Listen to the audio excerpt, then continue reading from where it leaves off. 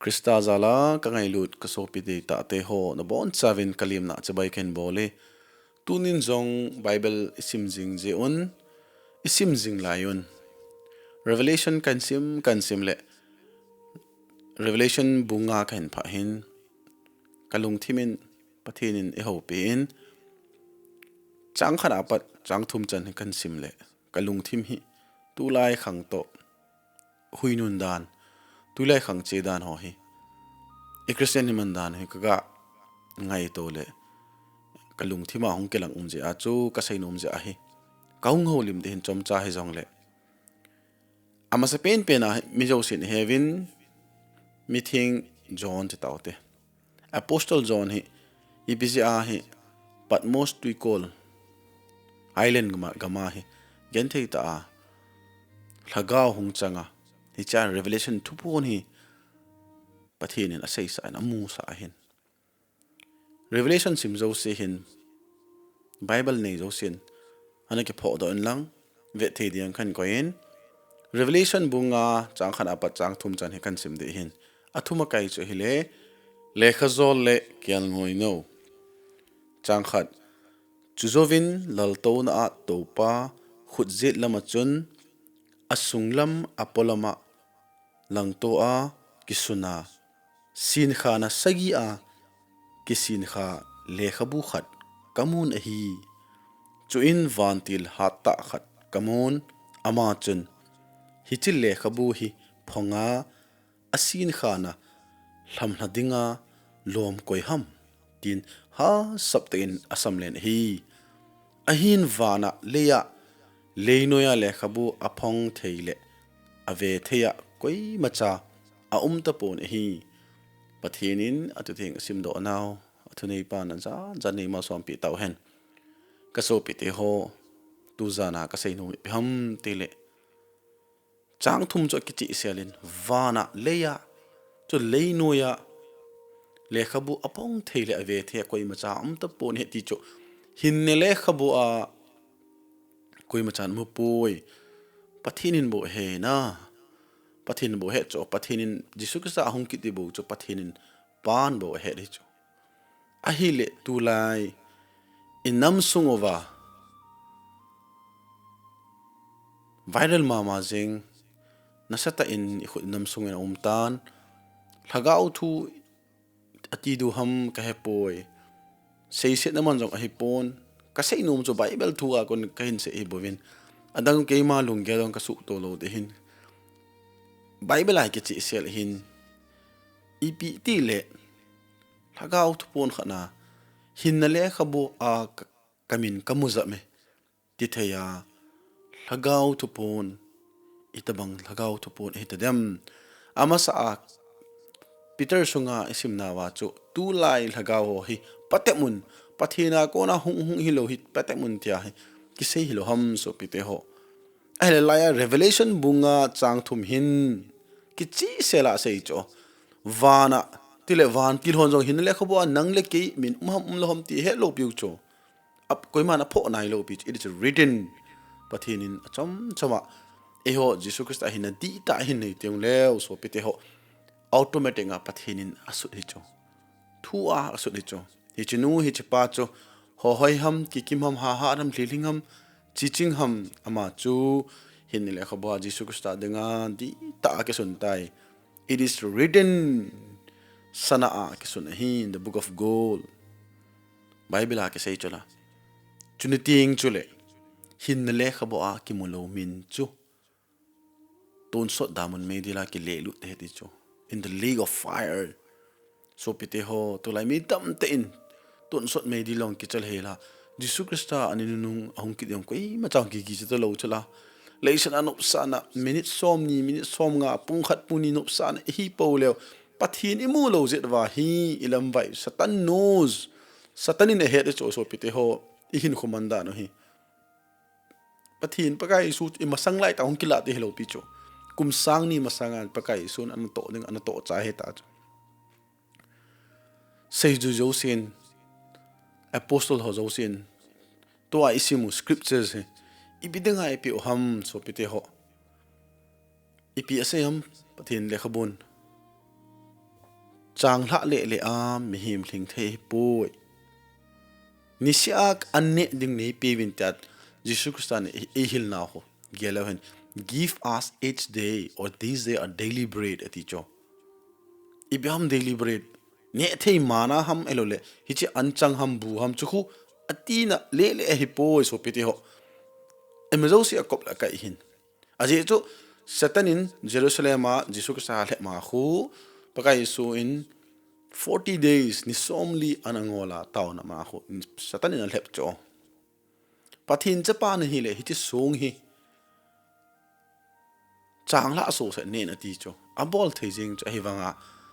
abola hi le satan nuya aku ne satan thu la the ti na Jesus Christ na he di cho ipi sayam man shall not live by bread alone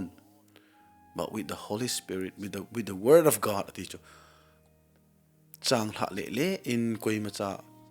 ahing zo poi pathin tu to ati chu ipi sai na ham ta asami hing le ibune awa hi ani ni a ko be cho Jesus Christ sai he pathin tu to hin lo wa hele iti tuni anang na ke mo puya Jesus Christ hong tele iti inigi gondam so pite ho hai tan gi galo te tun tu lai hi mitam ten bible ki se ye so pite ho Ephesia a ki se hin Krista galwan ki ban ipyam eho dengal hagaw an chu ipyam ne thei chu pathin thu chu ati chu pathin thu the scriptures David naong ki se ya sama chu chutabang mi chu pakai tan thu zengin akisin se ti chu pakaya ki ngai jing mi ti chu zai on mul sang tabang heti a pathin le khabu thenga ki se ho hi pathin tu la ya hi so pite ho ina sa ta povin hoila ho in kaina buna jong tu la hi dat mo ta khat hi ilung thim ipi sang wa hi isu of pau hi ita sa present pa hi ho ina jo ekai ta ven na chuting le adi ta hi paten ki se hen lang hi le tu ala isa now i music ball now ho hi worship hilo picho o so pite ho worship kiti pathin ho kiti hi nanula na pan inule pan isopi zile chan amulo pe na eima le pathin ti ka thil si bol the thil phalo i bol pa ilup na chunga i bol ilup na pe na thil phalo i vet na ingai pa ho hi chu chu hi so pite ho the worship with your personal relationship with God hi chalai ta cha he so pite ho tuni a hi mi tam ta lep la na pula ta san cha te hong tam ta Gao Thuphon itivin ilesam ta ve so pite ho Bible in let us go back to the roots ipiam Bible chu basic instruction before leaving earth he so pite ho Bible simnom lo wa tawle le chu lingpo so pite ho ta san le na to be ya ta san nong thisa hi chu hizi hin so pite ho te in KHEL PHAO hitin Bible hi New Testament hoi tan simpan kit win lang simpan kit utin Roma pat panutin Revelation ge simute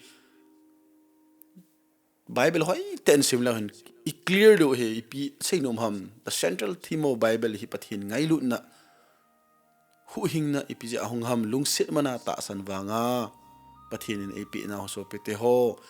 ipi nga na sa lawa ko ham I ho in kai na ho hen lang ina to naw mun so amun a hi e ho hi tu la ya di dia hi pathin het pha ta po ve so pite ho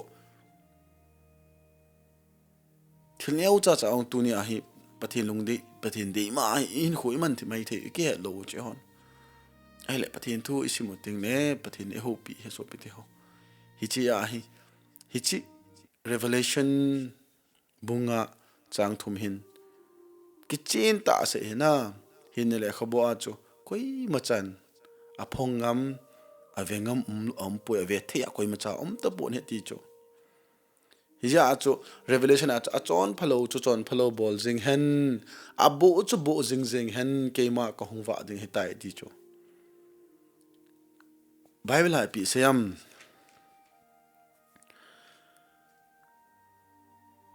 achule azowa akhon ni ke ya ka thil bol cheng se ni chu keiman pa ko na kamu banga ama chu nam ten vai pi ho chunga thunei na ka pi ding he ti chu ipi thunei na pi da ham Sopiteho vai hop du he Jesus Christ to leng vai po du he Revelation bung thum chang som ni chu veleu hen tu masang lai chun postcard in zo ni ke cho jiwin na som kha som ni en bazara ni ke zo jin Jesus Christ ko kha na dingin athu chu pi ham tile Revelation bung thum chang som ni ven keima kot kha bula kadingin kot ka kiu jinge mi khat tovin ka ogen aza a kot ahona hi le keima ka sungla a ama chu an kani khom pi ding hi chule aman jong keima an ene khom pi ding hi Sopiteho hi chi Bible hi khai ta ilung thima igela hi le koble kai atho cho leshana to vangama tho hi Sopiteho hi chi a transliteral meaning hi isman very simple hai na maljin ho tai ma hi cho to hi Christmas hong hong de ta cho on jing na thaile na 2022 cho 23 de ta cho a hi le Christmas iti man wam khai ta kan sei din tu ni na ama sa kan sei ka sei dinga kan ko hin Sopiteho hi chi Revelation bung som ni hi Christmas to kan koi job de hin Christmas to pagan festival hin hi cho chok sei ponge amang nom no mang tan te kho poi ahwanga a Christmas jong athupi poi ahwanga iti in man wa iti man du ham le iti man hielo ham chalai he ka sei no me hin ama se pen na chu hilai Bible cha ven keima kot kha bula kadingin kot ka kiu zinge ati cho ai le hoiten gel te Sopiteho tu a present context and value hen mitam te in tu ni a April ti tawte April langa kumbul langa chu veleu hen April May langa chun Good Friday ya cho mitam te in mit hilonga pakaya thinga getchmania ataw pe na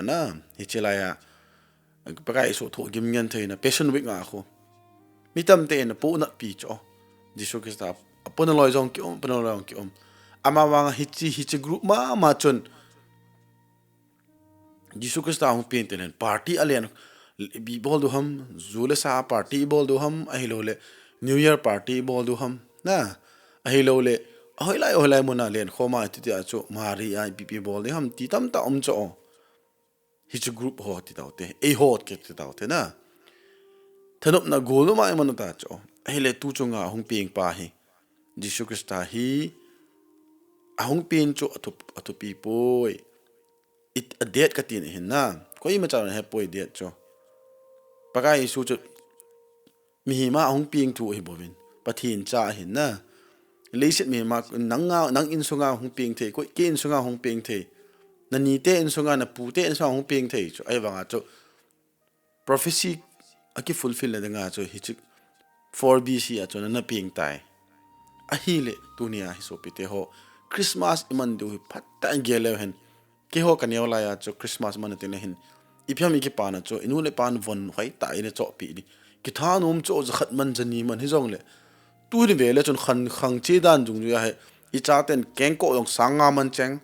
jin to ka ho elo le designer dress nu mei ho di wang chun tu lai kham tang ho khai ya hoi chi ting le overcoat ho anala anal na khai ta ki von te it goes around 15,000 jo hoi ta showroom ho chele chun 20,000 lang wal cho ahile Sopiteho I Christmas man hi mi ding aga so off te ham mitam tai so pi sangam mon ka te po hitia logos mon ka te po so pi sangam ho gente ta hin khu man wa e honom ta pathen ibu na ho ibu win ahile Sopiteho ip Jesus Christ hong pin hi iti iman ham Sopiteho ki gelo te velen tuzanen ka ti hin na ki gal mo te Sopiteho iti naman do ham jingle thaile vanoin aman 25 cho 24 apar mi yosef amon Delhi ka ti poi Mumbai ka ti poi chuting le amona Delhi chuting Mumbai Singapore Dubai chuting le amona Bangalore Kolkata hiti chun Sopiteho gulngai cheng ho to hiti achun flight ning ki ka un thuboi masangan Imphal airport ai hung bin hiti chun lam kalang ka ti poi cycle lang Sadar Hills lang kang po pilang sa permena mot bung lang hiti chun khu kho ni ki chevin khodim se na nu ngai ne hling la ho po Christmas len khom la ho ki tha a vo sa ki ne a hit len khoma ki manga anoma nu mi cho ineo jep la ya che hile la ho cho lung set ma inu le pan van e cho pi ting ne pistol ki cho pistol hong cho som nga ma no ne hikit hisanga man tam ja thum jali ho che hile sniper tabang ti dam M40 tabang dam to American soldier hon choi bong ho hi cho ho nin ti an ki kap to ji cho zan na again an ki kap to hi tu hi yeng cho chapang ho thop na cho ele Christmas chu CD lang ka ti poi chapang la hi tia chu hin khu ni ki mang cho ai le hung khan le ki pa na cho ya chum che to ai hoi ta ige la le i pidinga cho iman dan Christmas ga nui za da mo cho Christmas von cho na ga pakai su cho ne ke phale lo tle hobung lam kai hon tu hi zile thai lam hi ditan situation he lung min ga ya lo te 24 round khovelong nu min masang lai chun tu hin evel be mi pa an tiu atilo yong min khovel atilo yong min hi cha hin 31st le bo jong umun atam zo in a hi le 24 jana to khwa loi an ki hon loi le gol cheng bang loi picnic a che loi party a che loi tam ta du hi ichi masangun Sopiteho ka tu sei na ngai wal hoi tan ga ki yalo te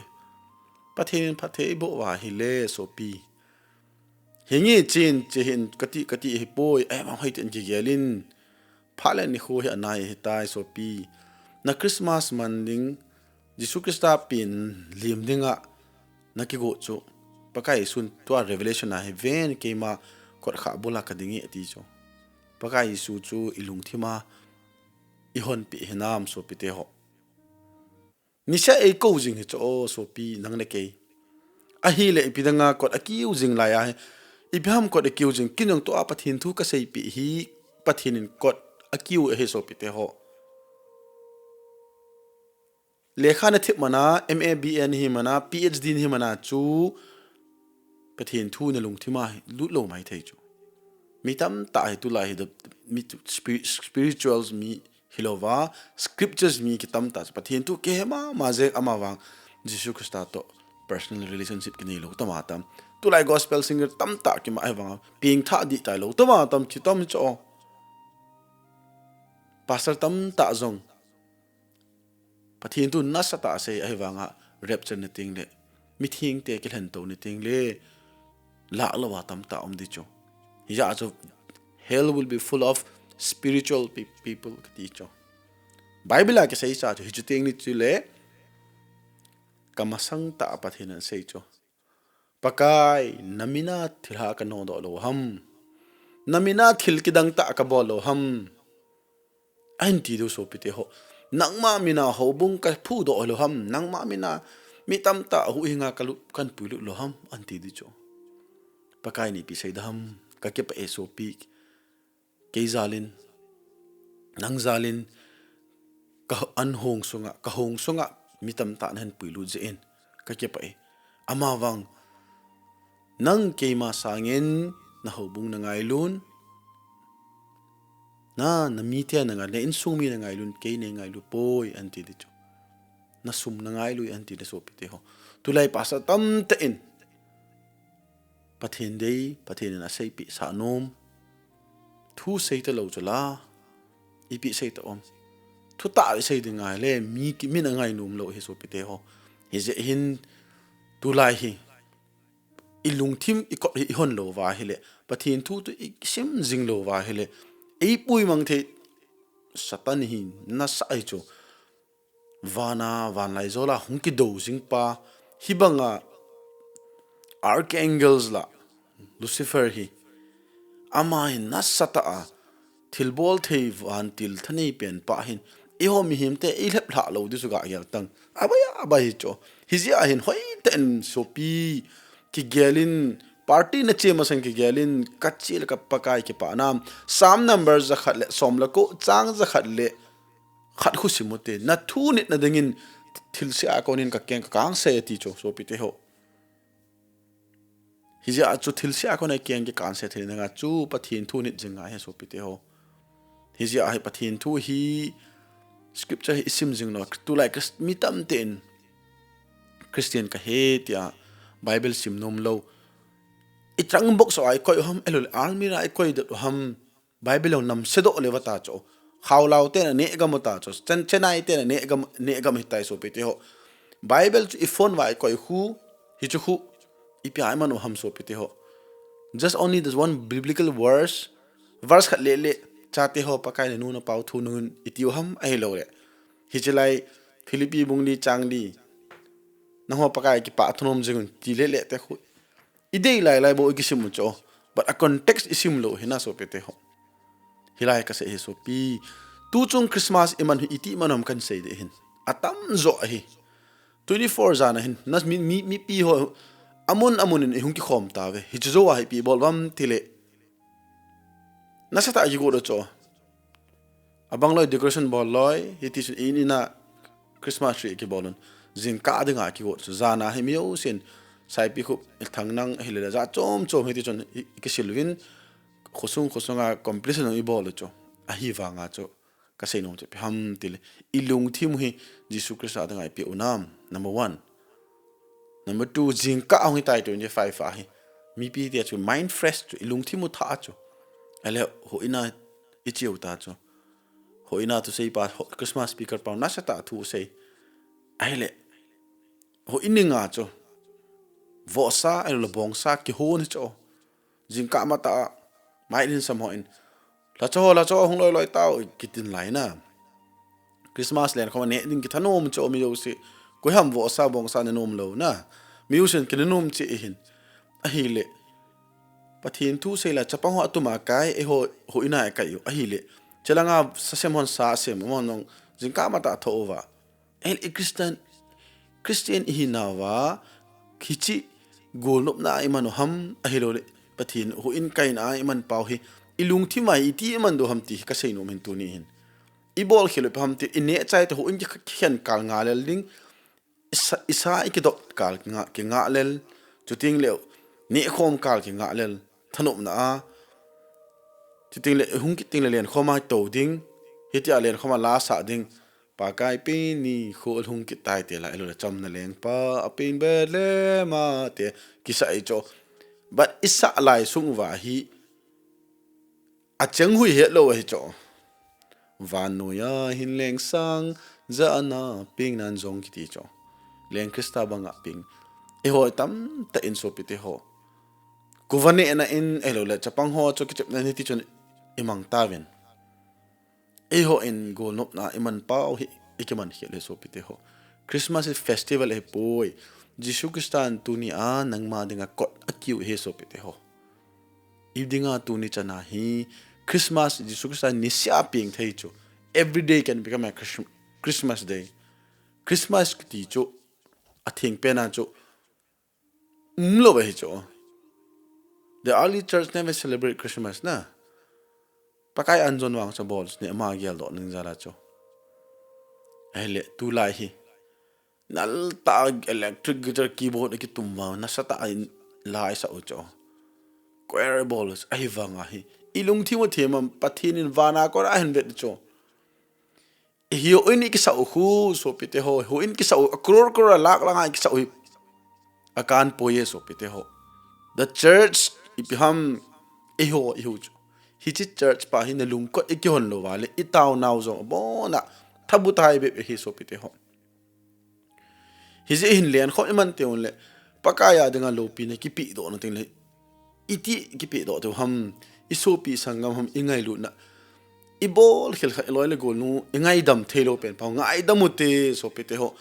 hi chi chu tu ni tu chunga tukum Christmas ting ne ka so pi ka ngai dam thelo ka ngai dam ding ka kina koi ma kina lowa hiti ai hin ko thinga man te ding ya galatia bunga chang som la ko apat som ni veleo hen Pathen dei lo chon sit ho ikibol do je vai damun chi do cho hin na le khabu I chan do so pite ho hiji ai tu chung Christmas tingle iti man do ham itina ki go nam vo sane le la ki len khoma ki chaiwa kuwa ine wa hitia hin khu man ma ki chai yang dam ningkum ku masalanga hitia Christmas ki man banga chuma sanglai banga iman jeng do ham chiu ting le January date 2 or date 3 lang ting le la KHEL na la isa ke du ham hello le Christmas 25 26 27 mang ho chun o ki pa na Christmas ka va choi lai jin te sa du ham ka ngai na lai khu ngai jin te sa du tam hi cha hi Sopiteho la isa wa no wa no che hin khu but hin khu hi la sa ting ne pakaya dingin ita sau hi zone bungli changsom ni pi sayam 24 John 4:24 Pathen chu lagao hin a ho ten lagao la tuta a ho ding mo he ti Sopiteho hi ze hin ita sau hi Jisu Krista dingin nasatin kipedo de ka ti Sopiteho hun masanga chu tu ni apa na zan hi ana thilbol ki chai ta tu ni a he ni hin khong ki khela hele lagao the na pan pi ai le na lung thi ma hin man chai le na ta sa hong ki khel le cho his out faith comes through hearing Roma je pi sem na za zia hin na le hin na nu ati hi chu iti zalo le chu iti ka sei ho na za da ham min ase ho ti na za da ham Sopiteho hai ten na bilkol hi lap song ngai in mangjingin lang hilechun rockson rap song ho bit ho trans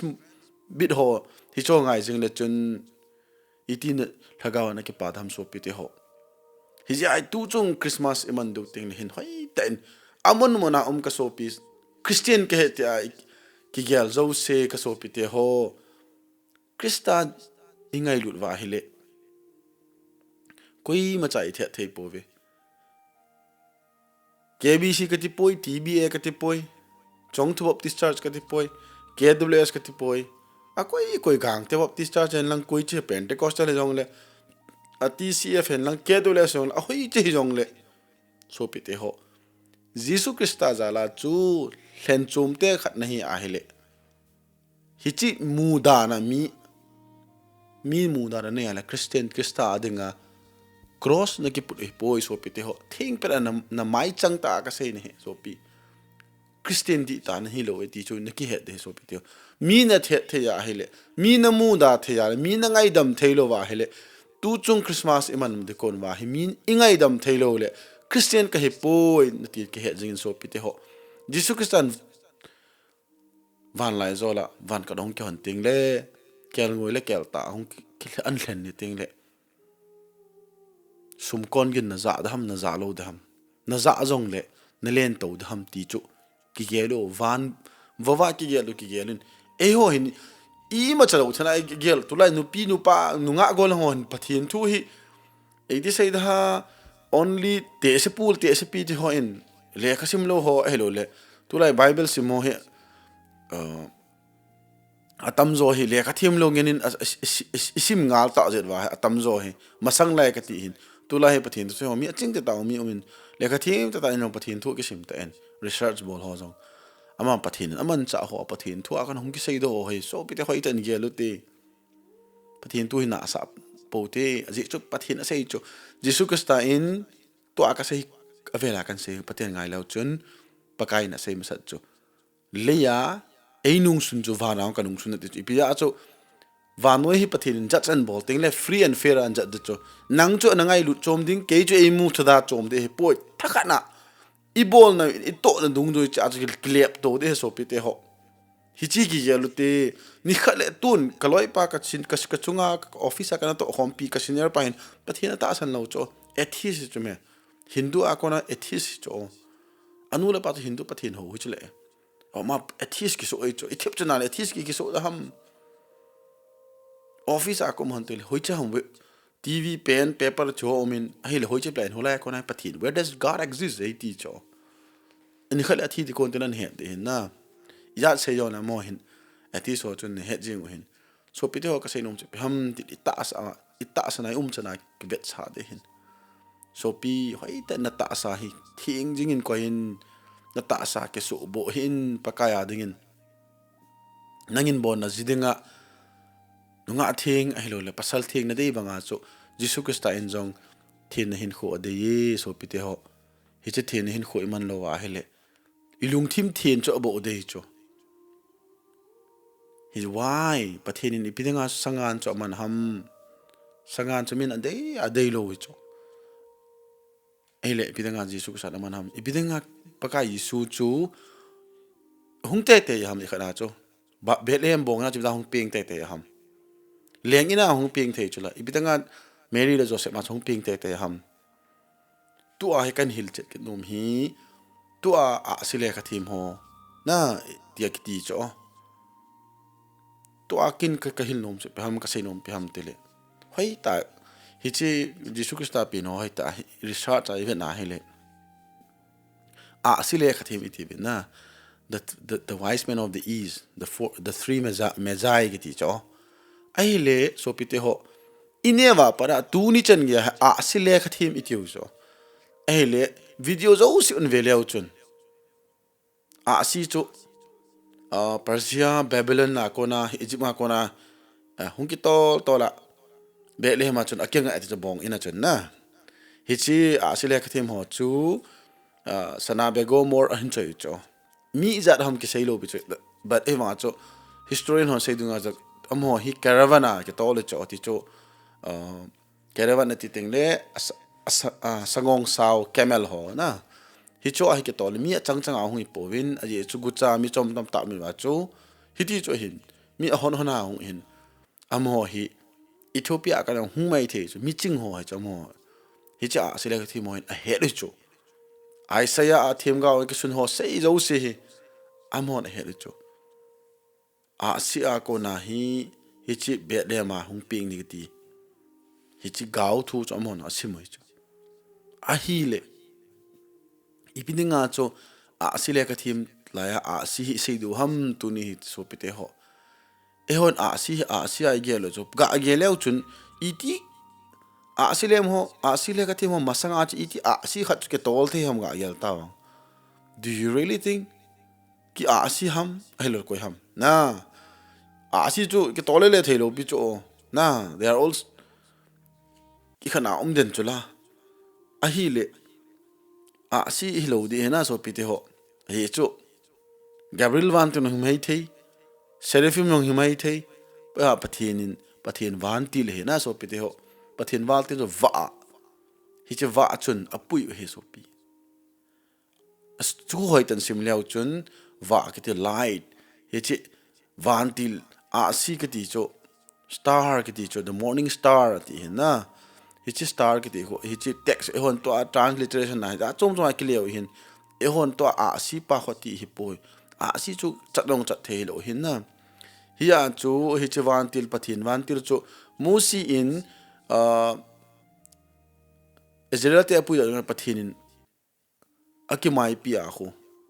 vet ngam lo pi chu mei kong hi chu tabanga chu Pathen mai ko man amu da thelo hin na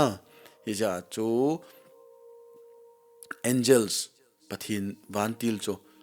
sibanga va hunga anung juya sikle guide abol he cho hi ji chu Bethlehem kinga hi chu achi khachi ti kinga thei dam na ji di lo cho ibidanga van til chun sile ka thim ho apui ham imizo se aji eme chul sana bego mor ki sei on le hoina pasol hona sei pi tho du hina Sopiteho leng achan na to bego to the more ki cho mi ambam ki bo thi nung tele ambam ki bo hi chi more ho frankincense to hoi tan gelan Sopiteho ineva pana to hoi ta Bible isiman e khola hele e het hel naw tam ta mi cho e ho hin blind belief kis thu ki sei ho hi khol le hela Pathen thu hi mo sim hin e mo mu hin satani nong thila bol the ti hi hai po te Sopiteho nam sunga dong hi ei pui chai the thil tam ta mi hi sanga na sazo zo hum de he Sopiteho Gao tu na chanu te na chapate ven Gao Thu ain phone ti tu ai them Gao khang he po Sopiteho lungse na khang hin hoi ten ching theu te Sopiteho Christmas ani kho date 5 kati 25 kati abangloi March April dung zo ativen hoi che hi jong le Bible he kisimute Sopiteho Christmas iman lo mana chu wan ngam kilu de hilo iman manaw man gam lu chom na ti no hilopi ewa tulai iman da no pau hi imang khilwi chawang kut man tai ma iman da ucho sane na mai maya nu le Pathen cha te van hoi cho pe na mai maya Christmas imang tavin len khom na jing ka pung soma pa na ni ha pung ni gei len khoma to ding la ka sa ding ni sa goi ding galam ding lam hui tu pi sa koi mana sa to lo cho camera ji kap do tu pi ta ko ham pathin ngai lu pakai su hi ngai lu ham ai lo le I bless ama phathe bu ngai lu ham hi chi ki ga lo te ka tu se ngai zo se phoi ta na lung thimen ke ga lu nang so pete ho na na che on Christmas na man ting ne ka tu se hin gal do in lang I Christmas on di nam mini ti manam yong hi ki sa long ni bo ilung thim vai jisu ka sa den pakai Christmas a tu chung be hin nangma adengin pakai kalung kor honging ting pakai nang dingin na cross bula ka chon sit na ka thel pa bol lo na pakai ni ngai demin tin avelin I tung tun wa hi chi gi po gi u hi I ang sit now I khan gi lo now I thimo now I zon than hoi now chu teng le I gu cha now I zo sei now mi ku kal now chi zo se galatia bunga chang som lo ko apat som ni khat khu veleo hen hi chu ngai dam ki thum du adam chon se je a chu e hon to ngai dam ki thum du ta chu tulai dam ta ku kinam pi taw na ka ti poi hallelujah prayer ka ti poi adam chon se je a tu na nang le ke taw na de lam pi poi so pi te ho hi chu jisu krista en ahung su pe le ta chu pakai jisu in tisan in a hon ta zuwan kam jisu krisan gan te ta athu he so pi te ho cross chunga aling lu khu akhet khu ga gelin ata inonga gel tawang tu the chosen na khun veleu hen nasah jo pakai su bol na khu mihim khat tu chunga gala ineva mihim e ho e ki bol now e gal miten e bol na ki vezo lo cho ai la pakai su hite a bolo thi chan gya Calvary cross alung tho nei lova pakai su nang le ke denga cross the burden of cross ki ti hi va no ya hu hing he so pite ho hi chelai tu chan gya nang le ke in zule sa nop sa na hi chile sit na nop sa na ho how na ho nu mei lang ka ti poi pasalang ka ti poi hi ti anop sa na iman now hi na ki oi hinam na lungsunga hi conscience umi church asel apha pathin na pi jing hi chu hi chu na he so pite ho ka thu sei na za hil na loyal goal na so pi na sangam sei pe in thon forward in so pi til dang dang ibola isangin Christmas 24 zana papa jong il kan mai ne the ki se mai the cho style ta tu lai celebrity tam ta emi jong eu mata cho nal ta Instagram hum ki post cho this is my Christmas style this is how do I celebrate Christmas hitin kamange that doesn't make any difference na pak jisu krista adanga chu I macha hilo cho pakai na dei chu ilung thim ikisem phatwa ilung thim ikis by the renewing of your faith ita sanu hi kisu halutin pakaya dingin na saten la ilama lam di chu ngolle wala am di cho mi vet na lam di lo pi pathina ki pa ele ha chang pa ki pa uti so piti ho tulai e ho ki vet to cho ke kalama la khat nun in ve de ham ka dong nun ve dong ka dong pan ve dam ta ki za cha e chme hi chalai tai mai pha na jisu krista i ho Christian ho jit wa hi 99% tulai ho amy society sunga hai damon ichi do hekati ne cho chi ji hen so pite ho 1% hi pathin ngai lu ta mi ke hlom he so pi pathin ka ngai lui ti le ni si a bible scripture isim jing ngai pathin to iki ho jing ngai he cho pathin to iki ho jing lo le so pite ho lemna I la do he so pi lemna hi satan bon David bon Solomon bon ha theile Samson bon ha the nang le ke ku ipi hi ham so pi pathinin tui khang len nga ase masanga tui khang len ado hin thingbung ase masanga leiset ado hin ahile mihim te ase masanga ko idom amol ho kheu tau cho let us make man in the image of ourselves imago day imago tile image cho lim day tile Pathen atin hi cho ahile tui khang ni na tui la ko hun nga hila do le hen i tidita chom khat otin thidita cho nga na nga thidita cho ale thing bung ho zung bot do otin polangin koilo i tidita ong godita cho chom khat do ting ne ahile tun ka sopi ki gelote nangle na insunga hin ki gelin nang tu a hi munchongam paman umai the na sopi nanuna na pa in muna a Christian hin khumanda no na dadai lo mai the hina amin mai a Christian hi yo tamta ki umi cho in sunga Pathen tu ki phongdo ngam to lo Bible ong ki phongdo ngam to lo Bible e pho no male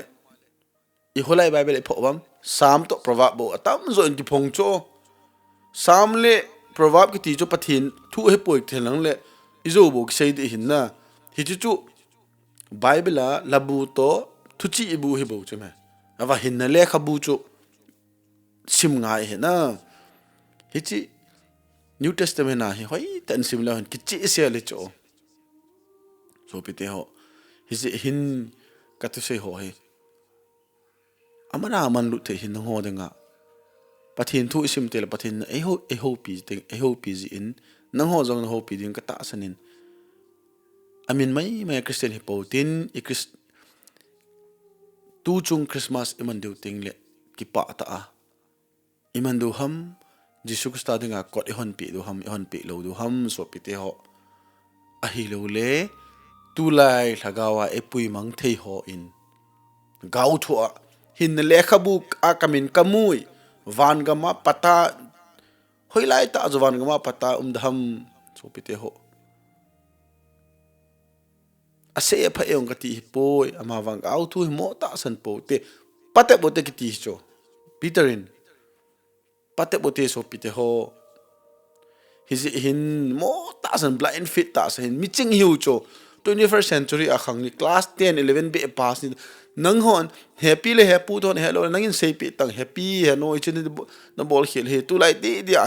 inu te pa te ho di ho he Pathen ha tama tam hi cho blind faith hi cho achai nak sei pi nom pe ham tele for example ke hin nang ho na insunga na cha na naute adam mo hoi an taw ping ting dam hen lang hi le miracle am han dam hen lang le as ama ho pa Pathen cho di et nei ta san ki jing mai the cho ne he lu mai the cho na ka sei nom pe thili mo ta san po te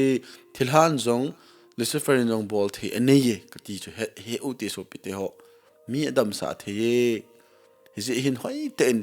Kikhol tin Pathen hen ki put that po lo hen ki zung kho po lo hen Pathen e pi de pan pi de Sopiteho hi Pathen tu isim teng le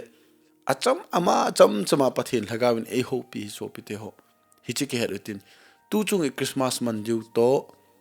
hi chi kai ko ma kan se Christmas hoi ta en mangutin vo sa ne le len khom na chinup no mai von hoi mai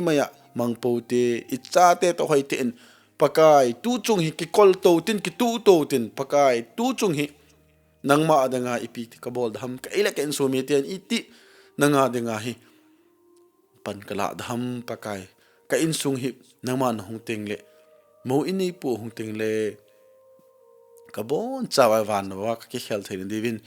Jesus Christ dingin I chon se na cross bulin sep hlau te Pathen nalung sunga thu na tong te dingin ka hinte min Sopiteho na ho jong ke ham bolutin Pathen nungzui dingin ki go te Sopiteho mitam te in pakai ka ta sine Christian ka he te ni sia taw na man ama mi thom chain Pathen nungzuye Sopiteho koi zo ne kelen dham ko za na che dham ko jima na che dham hi che hi nangwa in the side he hu hing na chan lo cho Pathen na to ne hin ke man ka to sei man jong na chan lo te Sopiteho ama Pathen program chu Pathen adei chu pe ham ta na lung thim adei Sopiteho na lung thim ko hong jengin Revelation bunga Revelation bung thum chang som ni ven ke ma ko kha bula ka dingin ko ka kiu jing ati pi sei na ham nailam cha pe nin pakai cho holin sorry mu thea pen pakai cho holin nailam cha penin ama chu covid ti chu ai to ak pakai su hi ina ko na dinga hi chu just share your prayers your worries to God pathina dingin na lung thim na lung kham lo si sabhan ai se ani pisem na chon se naw sandup je zong le vanoi le se na mi chon se pe no tinu zong hosia le in azinu gomer chu no tinu hi cho akizo hi cho pathin in alung se na ga ki chen pi cho hi ya chu koi ma cha chon se pen jong chu ompoi ke ka chon phai ama chon se ti ki ti ngai lo koi ma cha just bol lo ding hi ji a chu mi chon se pen pathin alung se the ya le jisu christian calvary thanga na sata kem jan the tho a lung tho nei lo ba ei hu do chu nang na hu do zong pha keong eong hu do e gal mi tiong hu do chu ya koi mai the thei lo chu christian hi a hi le jisu christian nung zui ni a dinga hi le mi na the thei poi Sopiteho thudi sei pi in abol thil se abol nawa kon ki social pi de chu sei pi de Sopiteho hi hin ching theutin I kong ti ga jing ta thuta in gong ke kon ti chu aji chu efisha bungu ma 17 na kon sim leo hen I bi ham pathian galwan ho chu chon din om pho hu hin la hu inei lo wa hile van til pi pu ho to ikidelo hi chu Sopiteho ya pathin thu sim te na hi chu lagau thing lagau chamjam hi chu chamjam nei te Sopiteho pathin thu sim jing te ti chu a chaina ka sei hin ka sei khel ka sei wal tam ta umai te hin pakai zalin king aidam to tin Sopiteho ave la ki mu to ki ka sen ho tam selun lang Christmas New Year Pathen insung le ki Pathen dam sil seven lang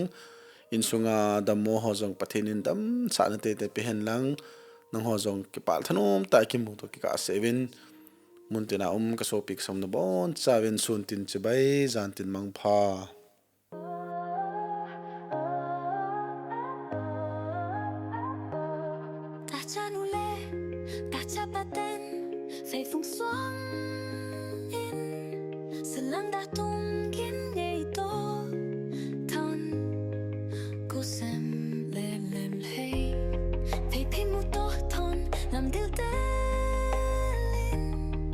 ôi chui mang pa